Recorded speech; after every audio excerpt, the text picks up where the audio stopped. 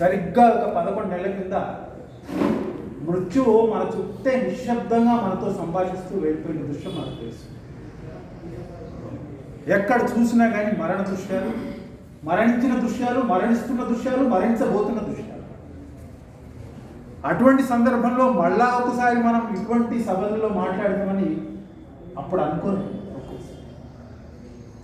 మళ్ళీ ఈరోజు 1 సంవత్సరం తర్వాత అటువంటి సమావేశంలో మాట్లాడుతున్నందుకు నాకు చాలా సంతోషంగా ఉంది. సంతోషంగా ఎందుకు అనంటే, ఎవరైనా మాట్లాడదామనంటే నాకు ఫోన్ చేసి సార్ సెమినార్ అనేవాడు, మాట్లాడతానండి, టాపిక్ చెప్పండి, ఎక్కడికి రమ్మంటారు. అయ్యో ఎక్కడికి రావడం లేదు సార్, వెబ్ సెమినార్ అనేవాడు. నేను అస్సలు విమర్శించడం లేదండి వెబ్ సెమినార్లను, కానీ నా దృష్టిలో శంకరాచార్యుల వారు కొన్ని సూత్రాలు చెప్తూ ఆయన ఫిలాసఫీలో రజ్జు సర్ప భ్రాంతి అన్నారు. పాము అనిపిస్తుంది కానీ పాము కాదు, తాడు. అట్లా నాకెందుకో నా నుంచి కాలే. వెబ్ సెమినార్లలో శ్రోతలు ఉండరు, వాళ్ళ స్పందన తెలియదు, యాంత్రికంగా ఉంటుంది కనుక నేను ఎక్కువగా పార్టిసిపేట్ కాలేదు. అది నా ఆసక్తిగా. అది అవసరమే కదా సార్. అందువలన ఇప్పుడు మళ్ళా ఒకసారి ఒక శిశిరం తర్వాత మళ్ళా వసంతానికి ముందు నా సన్మిత్రుడి గురించి మాట్లాడడం నాకు సంతోషంగా ఉంది అని చెప్తూ, ఒక విషయం ఇక్కడ నేను గట్టిగా నిర్దిష్టంగా స్పష్టంగా చెప్పాలను. కవిత్రయం 3, శివకవిత్రయం 3, రుబాయిల త్రయం 3. కవిత్రయం నన్నయ, తిక్కన, ఎర్రన, తిరుగులేదు. శివకవిత్రయం నన్నెచోడుడు, పాల్కురికి సోమనాథుడు, పండితారాజ్యం. రుబాయి త్రయం దాశరథి, తిరుమల శ్రీనివాసాచార్య, డాక్టర్ నరసింహారెడ్డి. ఎటువంటి అస్పష్టతకు తావు లేకుండా నేను ప్రకటిస్తాను. ఆ ప్రక్రియను నిలబెట్టాలి అని అనుకున్నాడు, స్థిరపరచాలి అనుకున్నాడు, ప్రతిష్టాపన చెయ్యాలి అనుకున్నాడు, చేస్తున్నాడు. ఇంకా విద్యార్థులకు పాఠాలు చెప్పేటప్పుడు వాళ్ళకు వచ్చిన సందేహాలు ప్రత్యేకంగా అప్పుడప్పుడు తీర్చడం మా బాధ్యతల్లో ఒకటి. ఎప్పుడైనా విద్యార్థులు నా దగ్గరికి వస్తే నేను వాళ్ళకు ఒక ఉచిత సలహా చెప్తాను. బహుశా అది సముచిత సలహా అని కూడా నేను అనుకుంటున్నాను. నాయన, మీరు కవిత్వాన్ని వీలైనంత వరకు చక్కగా రాయండి. అయితే మీ కవిత్వానికి ఒత్తిడి లేకుండా 2వ పాఠకుడు ఉంటేనే కవిత్వాన్ని కంటిన్యూ చేయండి. బహుశా నేను అన్న ఈ వాక్యం మరొకసారి చెప్పే అవసరం లేదని అనగానే వాళ్ళు అదేం సార్ అని అంటే, ఏం లేదురా బాబు, కవిత్వం అంటే మామూలు మాట కాదు, అదొక అద్భుతత్వం అని చెప్పినప్పుడు సార్ మీరేమన్నా కానీ మాకు కొన్ని ఉపమానాలు చెప్తారా అని అడిగినప్పుడు నేను ఏవైతే ఒకసారి చెప్పినో అవే ఇప్పుడు నేను ఇక్కడ మీ ముందు మనవి చేస్తున్నాను. అవి నరసింహారెడ్డి గారు రాశారు. కవిత్వం అంటే ఎట్లా ఉండాలి అన్నదానికి నేను చెప్పాను. ఇక్కడున్న పెద్దలందరికీ 1కి 2 సార్లు నేను ఈ కవితా వాక్యాలను ఇక్కడ నేను చదువుతాను. ఊహల మర్రి చెట్టుకి ఊయల లూగేది మనసు. ఊహల మర్రి చెట్టుకి ఊయల లూగేది మనసు. నన్ను ఎందుకో ఇది కదిలించింది. 2, చెట్ల ఆకుల నడుమ పిచ్చుకలు నిశ్శబ్ద సాధన చేస్తుంటాయి. చెట్ల ఆకుల నడుమ పక్షులు నిశ్శబ్ద సాధన చేస్తుంటాయి. ధ్వని నరసింహారెడ్డి గారి తిక్కన మార్గం నాకు ఇష్టమైన మార్గం. ఎవరో పెద్దలు చెప్తుంటే విన్నాను. అవసరమైనప్పుడు మాత్రమే తిక్కన సంస్కృత పదాలు వాడుతున్నారు. ఎందుకంటే తెలుగు భాష ఉంది, తెలుగు భాష ఉంది కనుక మేము సంస్కృతం ఎందుకు వాడుకోవాలి అన్న ఒక ఐడెంటికల్ డిగ్నిటీ. ఆ మార్గం ఎప్పుడు ధ్వని మార్గం. నరసింహారెడ్డి గారి మార్గం ధ్వని మార్గం. కనుక ఊరి గురించి ఒకసారి రాస్తూ ఏమంటాడంటే 2 వాక్యాలండి. ఇక్కడ ఒక ఊరిండో ఇది ఎవరైనా చూపిస్తారా? దీంట్లో అద్భుతమైన కవిత్వం. ఇక్కడ ఒక ఊరుండేది, ఎవరైనా చూపిస్తారా? నేను అంటుంది ఏమిటి అని అంటే, కవిత్వం అంటే ఏమిటి అని నా విద్యార్థులకు చెప్పినప్పుడు నేను నరసింహారెడ్డి గారి వాక్యాలు ఏమి చెప్పానో అవి ఇక్కడ నుంచి కోడ్ చేస్తాను. నెక్స్ట్, వారు అత్యున్నత అధికారి, నిత్యం ఫైళ్లతో వారి జీవితం ముడిపడి ఉంటుంది కనుక ఫైళ్ళ గురించి వారు రాసిన కవిత నాకు బాగా నచ్చే కవిత అండి. దాన్ని ఒకసారి చదువుతాను. 2 వాక్యాలు. ఆశల్ని కాలం కొక్కానికి వేలాడదీయడమే ఫైల్ అంటే. ఆశల్ని కాలం కొక్కానికి వేలాడదీయడమే ఫైల్ అంటే అంటూ 2వ కోణం కూడా ఫైల్ గురించి చెప్పారు నరసింహారెడ్డి గారు. ఏమిటంటే, ఫైల్ అంటే కాగితాలు ఎంత మాత్రం కావు, అవి జోడించబడే చేతులు. ఫైళ్ళు అంటే కాగితాలు ఎంత మాత్రం కావు, అవి జోడించబడే చేతులు. ఎందుకు ఇవన్నీ నేను ఇప్పుడు ఇవి కోడ్ చేయడం? నిజానికి ఇది రూపాయలు కావు. కోడ్ చేయడం ఎందుకు అంటే, నరసింహారెడ్డి గారు పరిపూర్ణమైన కవి అని చెప్పడం. నరసింహారెడ్డి గారు ఒక కవి మాత్రమే కాదు, ఆయన ఒక విమర్శకుడు కూడా. కవి విమర్శకుడు మాత్రమే కాదు, చక్కటి సాహిత్య ప్రేమికుడు కూడా. ఇవి మాత్రమే కాదు, గొప్ప అనువాదకుడు కూడా. మా మిత్రులందరి అభిప్రాయం ప్రకారం నరసింహారెడ్డి గారు గొప్ప వక్త కూడా. అంటే 5 ముఖాలతో మీ సాహిత్యం ముందుకు సాగుతున్నది. ఇంకోటి అనువాదం కూడా. ఇప్పుడు నేను రుబాయిల వైపు వస్తాను. రుబాయి గురించి మాట్లాడుకుంటున్నప్పుడు ఒకసారి దాశరథి గారిని గుర్తు చేసుకో. చాలామంది దాశరథి గారి పేరు వినగానే చాలామంది గుర్తొచ్చేది అగ్నిధార, ఆ తర్వాత గుర్తుకొచ్చేది రుద్రవీణ, తర్వాత గుర్తుకొచ్చేది మహాంధ్రోదయం, ఇంకా తర్వాత కవితా పుష్పకము గుర్తుకొస్తాయి. కానీ దాశరథి గారి గొప్ప రచన ఒకటి ఉందండి, అది యాత్రా స్మృతి. దాశరథి గారి ఆత్మకథ. 1984-83 ఆ ప్రాంతంలో పురాణం సుబ్రహ్మణ్య శర్మ గారు ఆంధ్రజ్యోతి వారపత్రిక సంపాదకుడుగా ఉన్నప్పుడు, అప్పటికి ఇంకా 55 సంవత్సరాలు 60 సంవత్సరాల లోపు వయసులోనే ఉన్న దాశరథి గారితో ఎందుకైనా మంచిది మీరు రాయండి. చాలామంది రాసుకోలేదు, కృష్ణశాస్త్రి గారు రాయమంటే రాయలేదు, తెలుగు వాళ్ళు చాలా కోల్పోయారు, మీరు రాయండి ఆత్మకథ అంటే పురాణం సుబ్రహ్మణ్య శర్మ గారి ఒత్తిడి మేరకు దాశరథి గారు ఆత్మకథ రాసుకున్నారు. దాని పేరు యాత్రా స్మృతి. ఆ యాత్రా స్మృతిలో 2వ అధ్యాయమే, 2వ ప్రకరణమే రుబాయిల మీద ఉంది. ఆ రుబాయిలలో ఒక విశేషాన్ని చెప్తూ దాశరథి గారు ఏమన్నారంటే, 4 పంక్తులతో కొనసాగేది కనుక ఇది రుబాయి, ఇది అరబ్బీ పదం అన్నారు. అంటూ ఒక ఆసక్తికరమైన అంశాన్ని దాశరథి గారు 2 పేజీల్లోనే మనకు వెల్లడించారు. అది మీకు ఇక్కడ మనవి చేయడం నా ఉద్దేశం. హైదరాబాద్లో ఒక కవి ఉండేవాడట, ఆయన పేరు అంజద్. ఆయన అసలు పేరు సయ్యద్ హుస్సేన్. ఆయన రుబాయిలు రాయడంలో చాలా దిట్ట. దాశరథి గారు చెప్పారు. ఆయన సరస్వాన్ని కోల్పోయాడు మూసీ నది వరదలలో. ఆ కోల్పోయిన సందర్భంలో రుబాయిలు కూడా కోల్పోవడం జరిగింది. కానీ ఆశుగా వాటిని మళ్ళీ తిరిగి చెప్పేవాడు. మీర్ ఉస్మాన్ అలీ ఖాన్ 7వ నిజాం నవాబు. ఆయనకు సంగీతంతో పాటు సాహిత్యంతో కూడా బాగా పరిచయం ఉందని చరిత్ర చెప్తున్నది. మనకు మన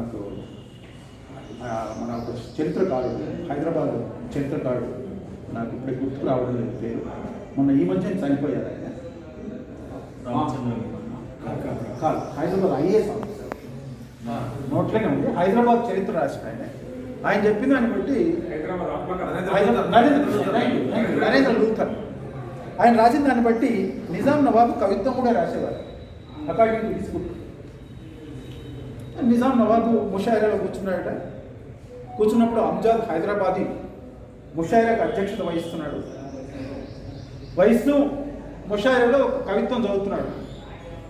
చదువుతుంటే రాజుగా ఉన్న నిజాం నవాబు తన పక్కన ఉన్న వాళ్ళతో ఏదో రాజకీయ విషయాలు మాట్లాడుతున్నాడు.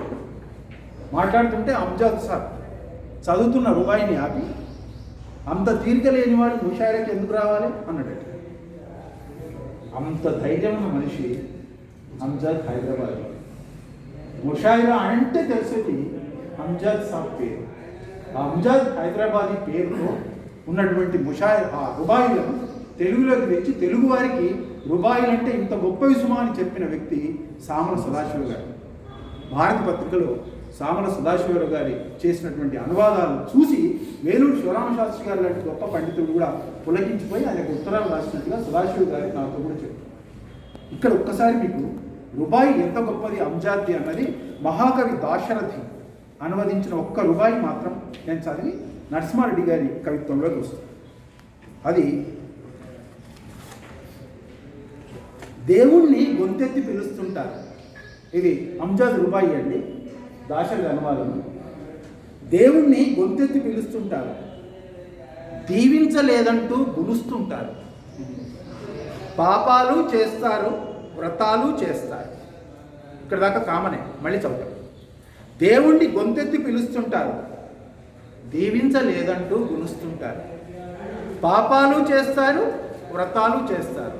చిట్ట చివరి వాక్యం ఎట్లా ఉంది చూడండి, పచ్చం చెయ్యరు, మందులు తింటుంటారు. ఇది రుబాయిల యొక్క గొప్పతనం, అంజాద్ సాబ్ రాసిన రుబాయిల యొక్క గొప్పతనం. ఇంకా నరసింహారెడ్డి గారు తప్పకుండా కవిత్వంలో వాళ్ళ వ్యక్తిత్వం తప్పకుండా బయటపడుతూ ఉంటుంది. సాధారణంగా ఏం అసాధారణం కాదు. ఇక్కడ నరసింహారెడ్డి గారు రాసిన రుబాయిలలో నేను వారిని దగ్గర ఉండి చూసిన కనుక చాలా సంవత్సరాలుగా, నలుగురితో కలవడమే నిజమవుతానికి, నలుగురితో కలవడమే నిజమవుతానికి, పలువురితో సంభాషణ నిజమవుతానికి. ఇక్కడున్న పెద్దలందరికీ వారితో నా పరిచయాన్ని నేను దృష్టిలో పెట్టుకొని చెప్పే అంశం ఏమిటంటే, వారు ఒక్కరు కూర్చోవడం నేను ఎప్పుడు చూడలేదు. నేను ఆఫీస్కి వెళ్ళాను, వారు సంభాషించకుండా మౌనంగా ఉండడం కూడా నేను ఎప్పుడు చూడలేదు. ఆ చైతన్యమే వారితో రుబాయిలు రాయిస్తుంది, రాయిస్తూనే ఉంటుంది, రాయించాలని కోరుకుంటూ. ఇంకో మాట అన్నారు, పనిలో మునిగిపోవడమే బ్రతకడం అంటే. అచ్చంగా దాన్ని సాధించినటువంటి కవి మనకు నరసింహ. ఇంకా కవిత్వం పరవశించి మనం పరవరించేటట్టుగా ఉండాలి. అంటే నోటికి వచ్చేటట్టుగా ఉండాలి, మనం ధ్యానించగలగాలి. అది ఎప్పుడు సాధ్యమవుతుంది అని అంటే, ఎప్పుడైతే కవిత్వాన్ని మన మీద ఒక గొప్ప సంప్రదాయం స్మృతి కవిత్వం, చనిపోయిన వాళ్ళ గురించి చెప్పే కవిత్వం. ఆ స్మృతి కవిత్వం తెలుగులో ఎక్కువగా రాలేదు కానీ ఇంగ్లీష్లో చాలా వచ్చింది. స్మృతి కవిత్వంలో నాకు తెలిసిన ప్రపంచంలో ఒక గొప్ప కవిత ఉంది. ఆ కవిత పేరు elegy stanza written in the countries churchyard. ఇది చదివిన తర్వాత మనం తప్పకుండా మన హృదయంలో గుర్తిస్తుంది, మన కళ్ళను గుర్తిస్తుంది. ఇది రాసిన మహాకవి పేరు థామస్ గ్రే. నేను ఒక ఇంగ్లీష్ స్కాలర్ అడిగిన, ఇంతగా కదిలించేటట్టుగా ఈ కవిత్వం వెళ్తుంది అంటే నాకు ఆ ఇంగ్లీష్ పండితుడు చెప్పిన జవాబు విని నేను కదిలిపోయాను. థామస్ గ్రే ఆ చిరస్మరణీయమైన కవితలు 64 సార్లు రాసింది. రాయడం, దిద్దడం, మళ్ళీ రాయడం, మళ్ళీ దిద్దడం, మళ్ళీ రాయడం, మళ్ళీ దిద్దడం. ఈరోజు ఏదైతే ప్రపంచంలో గొప్ప కవిత అని మనం అనుకుంటున్నామో థామస్ గ్రేది, అది 64వ సార్లు రాసిన ఒకే కవిత. ఎన్నిసార్లు? 64. అంత పరిణతి కవిత్వంలో ఉండాలి అని నేను అనుకుంటూ ఉంటాను. ఎందుకు ఉదాహరణ చెప్తున్నానంటే, దానికి నరసింహారెడ్డి గారి రచనకు సంబంధం ఉంది. శ్రీశ్రీ జయభేరి కవితను 1935లో రాస్తే అది అక్షయ్ మహాప్రస్థానం 1950లో, 15 సంవత్సరాలు. అజంతా 1952లో మొదటి కవిత రాస్తే ఆయన పుస్తకంగా అక్షయ్ 1932 స్వప్నం. అమృతం పూసిన రాత్రి తిలక్ మొదటి కవిత 1942లో రాస్తే అది అక్షయ్ 69. అంటే ఇంత పరిణతి వచ్చేదాకా వాళ్ళు ఆగిండు. అట్లాగే నరసింహారెడ్డి గారు కూడా పరిణతి వచ్చేదాకా ఆగి పుస్తకాన్ని ప్రచురించడం నాకు చాలా సంతోషాన్ని కలిగించింది కనుక వాటిని పోల్చి ఈరోజు ఎట్లా ఉంది అంటే, కవిత్వం రాయడం, రాసిన వెంటనే దాన్ని మీరైతే ఎవరైనా ఒకరో ఇద్దరు విమర్శకులు అనడం, ప్రశంసకులు వాళ్ళు ముందు వాళ్ళకి తీసుకొని పోవడం, వాళ్ళు బాగా ఇక్కడ చాలా బాగుంది కవిత్వం, ఈ 2-3 కవితా పంక్తులు బాగున్నాయి, భవిష్యత్తులో ఇక్కడ మరింత మంచి కాగలని ఊహిస్తున్నాను. నిరంతరంగా కవితా సృజన చేయాలని ఆశిస్తున్నాను. ఇక అది స్ఫూర్తి వాక్యం అయిపోతుంది, వస్తూనే ఉంది. కానీ నరసింహారెడ్డి గారు ఒక దినపత్రికలో, కొన్ని వేల ప్రతులు ఉండే దినపత్రికలో, కొన్ని లక్షల మంది చదివే దినపత్రికలో ఆదివారం అనుబంధం కొన్ని సంవత్సరాల పాటు రాసిన తర్వాత కొంతమంది పాఠకులు ఫోన్ చేసి, సార్ కవి గారు మీరు ఇంకా అచ్చయ్యారు ఆ పుస్తకం అని గట్టిగా ఒత్తిడి చేసినాక మాత్రమే ఈ పుస్తకాన్ని అచ్చవేయడం వారికి ఉన్న ఒక కవికి అవసరమైన పరిణత దృష్టికి నిదర్శనం. ఈ విషయంలో నాకు శ్రీ తిలక్ అజంతా వాళ్ళ కోవలో నరసింహారెడ్డి గారు ఎటువంటి అక్షయోక్తి లేకుండా ఈ పుస్తకం చూడండి ఎంత అందంగా ఉంది. ఇక్కడ నాకు అర్థమైంది సార్, కవిత్వం యొక్క పాఠకుల పట్ల మీకున్నటువంటి గౌరవం ఎంత గొప్పది అని. అనుభూతమయమైనటువంటి కవిత్వాన్ని చదివేటందుకు అనుభూతమైన హృదయం ఉన్నవాడు ముందుకొస్తారు.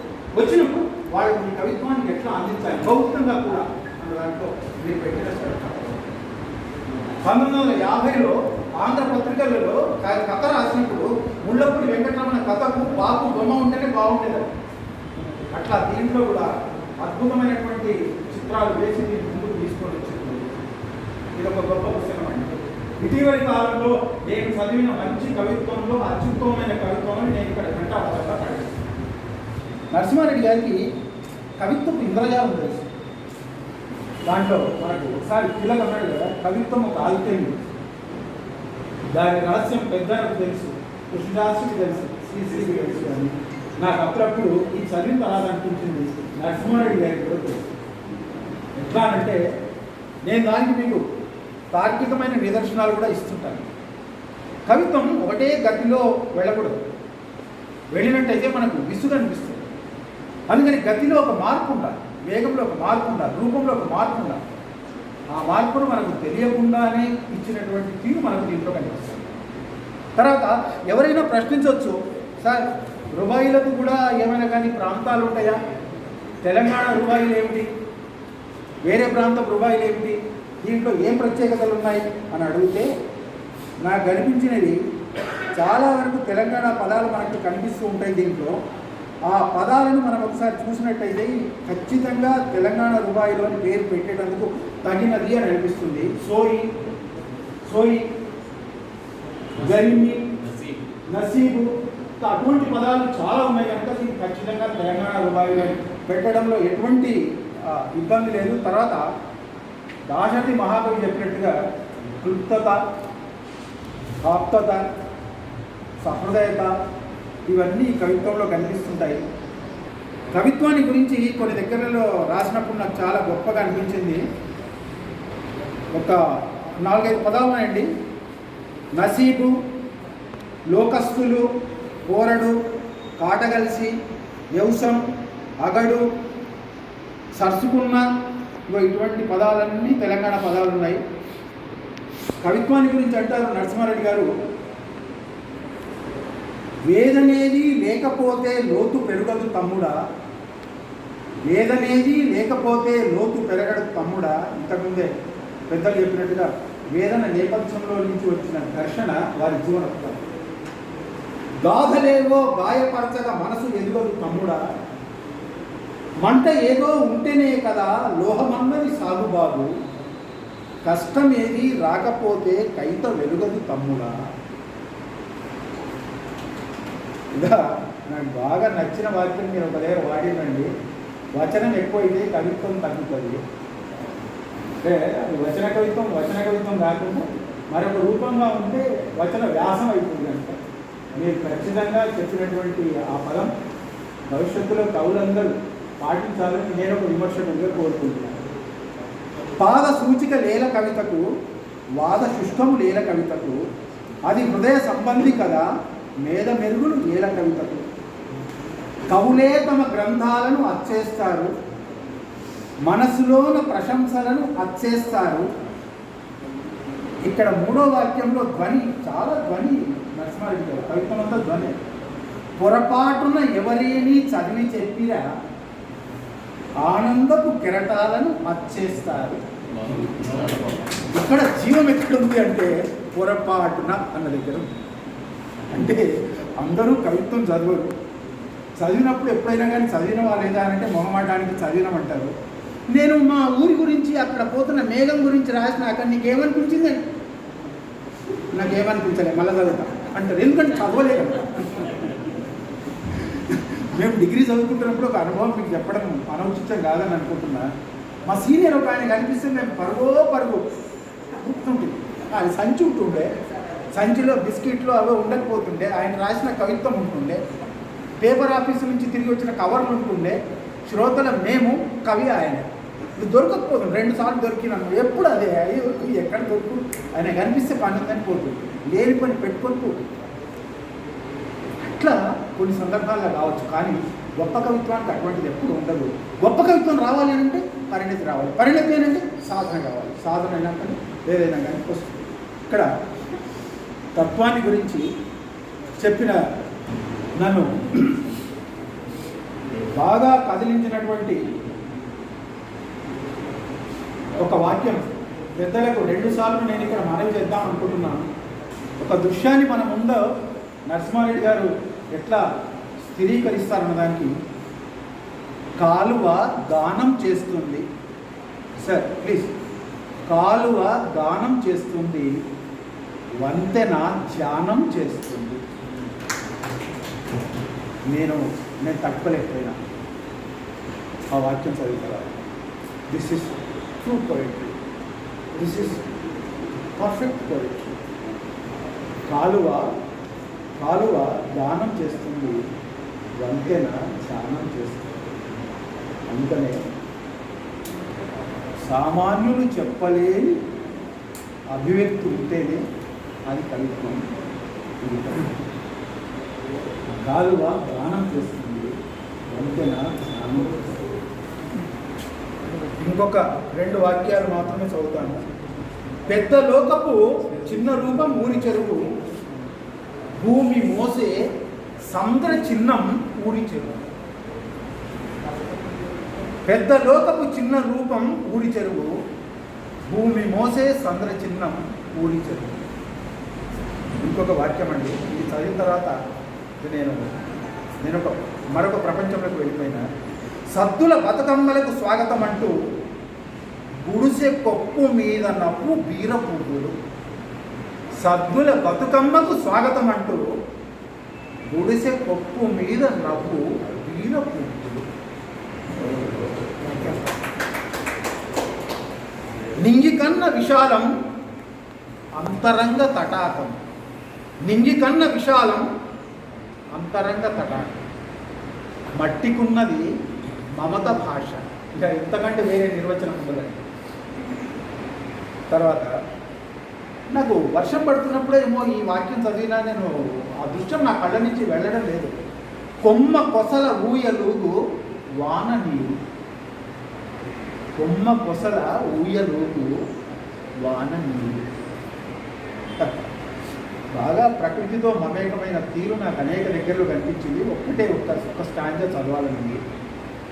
గాలెట పోత పోత ప్రతి చెట్టును పలకరిస్తుంది, పువ్వులను మొగ్గలను పలకరిస్తుంది. కనిపించదు కానీ గాలి బహుతుంటరిది, చేల ఎదన చేయేస్తూ పలకరిస్తుంది. ఇది బాగా తత్వం తెలిసిన వ్యక్తి, జీవితంలోని ఆటుపోట్లు అనుభవాలు ఉన్న వ్యక్తి కనుక రుబాయిలు అంటేనే తత్వం. దాంట్లో అనేక తాత్వికమైన ఉన్నాయి. ఒకటి నేను ఎంపిక చేసుకొని సమయాన్ని దృష్టిలో పెట్టుకొని చదువుతున్నాను. నేను లేని నాడు చలిస్తుంది లోకం, నువ్వు లేని నాడు నడుస్తుంది లోకం. మనమంతా వచ్చిపోవు బాటసారులం, మనం లేని నాడు గడుస్తుంది లోకం. ఇక్కడ నడుస్తుంది అల్లే, గడుస్తుంది అన్నాడు. అక్కడే కరువు. మీరన్న ఈ మాట నువ్వు రాబేటిని గుర్తు తెచ్చుకుంటాను. మనంతా ముసాఫర్లు. ఆయన రాసిన పాఠశాలలో పద్యాలు నాకు గుర్తు తెచ్చు.